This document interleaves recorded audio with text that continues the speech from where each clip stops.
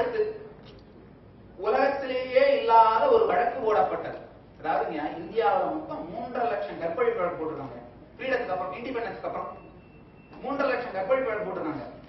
3.5 லட்சம் கற்பழிப்பு வழக்கிலே பெயர் குறிப்பிடப்படாத, அதாவது இவர் கற்பழிக்கப்பட்டார் குறிப்பிடப்படாம, யூசுவலா என்ன பண்ணுவாங்க, அந்த பேர் சொன்னா அந்த நபருக்கு பிரச்சனை அப்படின்னா பேரை மாத்தியாவது சொல்லுவாங்க. அது ஒரு நபர் இருக்கிறார், அவருடைய பேர் மாற்றப்பட்டுள்ளது அப்படின்னு ஒரு மாற்று பேராவது சொல்லுவாங்க. ஆனா இன்வெஸ்டிகேஷன் ஆபீசருக்காக பேர் சொல்லணும், கம்ப்ளைண்ட் பேரை கொடுத்துடணும். பிரஸ்ல ரிலீஸ்ல என்ன பண்ணுவாங்க, பேரை மாத்திடுவாங்க. இல்ல அடுத்து கொடுக்குற நெக்ஸ்ட் டாக்குமெண்ட் என்ன பேர் மாத்திப்பாங்க, சார்ஜ் ஷீட் வேற எதையோ. ஆனா கம்ப்ளைண்ட்லயாவது எஃப்ஐஆர்லயாவது பேரை மென்ஷன் பண்ணிக்கணும் அவங்க. ஆனால் கம்ப்ளைண்டில் கற்பழிப்பு என்ற வார்த்தை கூட இல்லாமல் எஃப்ஐஆரில் யாருடைய பெயரையும் குறிப்பிடப்படாமல் ஒரு சாதனை எஃப்ஐஆராக கற்பழிப்பு வழக்கு மார்ச் 4ஆம் தேதி பதியப்பட்டது. கூத்து என்னன்னா 336 கற்பழிப்பு வழக்கு யார கற்பழிச்சாங்க, யாரு சென்னையில கம்ப்ளைண்ட் சொல்றாங்க. எக்ஸ்மோர்ல மாத்தினா நல்லா தெரிஞ்சுக்கோங்க. இன்னொரு விஷயமும் சொல்லிடுறேன். அதாவது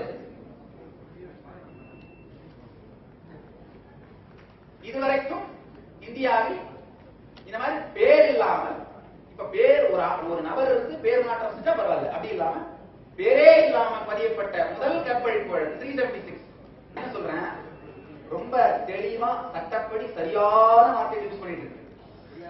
நடந்ததெல்லாம் மட்டும் கரெக்டா சொல்லிட்டு இருக்கு. ஆதாரங்களோட எல்லாமே எவிடன்ஸ் டாக்குமெண்ட்ஸ், எல்லாமே டாக்குமெண்ட்ஸ் மொத்தம் உங்களுக்கு ஒரு காப்பி கொடுக்குறேன். நான் பேசுறது அத்தனைக்கு ஒரு டாக்குமெண்ட். அதுவும் இல்லாம இப்ப நான் சொன்னேன் அந்த தாக்குதல் நடந்தது, அது எல்லாம் போட்ட ஒரு சிடி, மார்க் பண்ணாத நித்யானந்தாவின் முதல் சிடி, அதுவும் கொடுக்குறேன். அதுவும் ஒரு சிடி கொடுக்குறேன். அதனால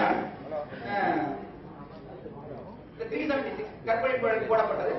இன்னொரு முக்கியமான விஷயம், நீங்க எல்லாம் பத்திரிகையாளர் பல்வேறு வழக்குகளை பார்த்திருப்பீர்கள், சந்தித்திருப்பீர்கள், எல்லாம் பார்த்திருப்பீங்க. ஒரு ஸ்டேஷன் விட்டு இன்னொரு ஸ்டேஷனுக்கு போனாலே அந்த ஜூரிஸ்டிக்ஷன் நடந்து கம்ப்ளைண்ட் வாங்குவாங்க இல்லையா? வாங்க மாட்டார்கள், என்னென்ன வித்த காட்டுவார்கள். ஆனா ஒரு ஸ்டேட் விட்டு ஸ்டேட் வந்து அது என்ன கம்ப்ளைண்ட் கொடுக்கப்பட்ட டைம் சொல்லட்டுமா? 4ஆம் தேதி, மார்ச் மாசம் 4ஆம் தேதி 2010 8 மணிக்கு ராத்திரி கம்ப்ளைண்ட் கொடுத்தாங்க.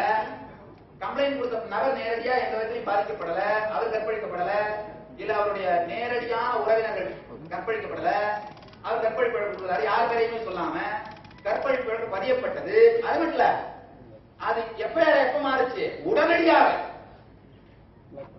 இந்தியாவிலே நடக்காத சாதனைங்கயா, இந்தியாவிலே நடக்காத சாதனை. உடனடியாக அதே 8 மணிக்கே எஃப்ஐஆர் மாறுது.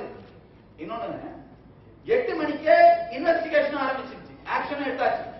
அந்த வீடியோவை பார்த்து, அவங்க மார்க் பண்ணி வீடியோ கொடுத்த வீடியோவை பார்த்து ரெஃபர் பண்ணி அந்த கம்ப்ளைண்ட படிச்சு பார்த்து பேசிக்கான கேள்வி கேட்டு எழுதுறதுக்கே 4 மணி நேரம் ஆகும்.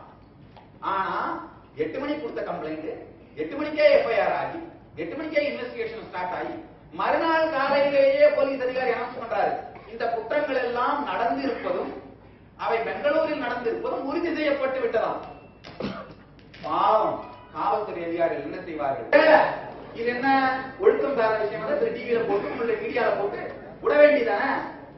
ரவுடிங்ல வச்சு 120 இடத்துல போட்டோ செருப்பால் அடிச்சு, ஐயா நல்லா தெரிஞ்சுங்க, பாதிக்கப்பட்ட புண்படுத்தப்பட்ட என்னுடைய பக்தர்கள் 120 நாடுகளில் உங்கள் சிலைகளை தினமும் செருப்பால் அடிப்பார்கள். நான் தான் என்ன சொன்னேன், நாய் கடிச்சா வைத்தியம் பண்ணிக்கணும், நாயை திரும்பி அடிக்கப்படாது பாவிங்க. அதனால்தான் சும்மா இருக்கிறார்களே பக்தர்கள்.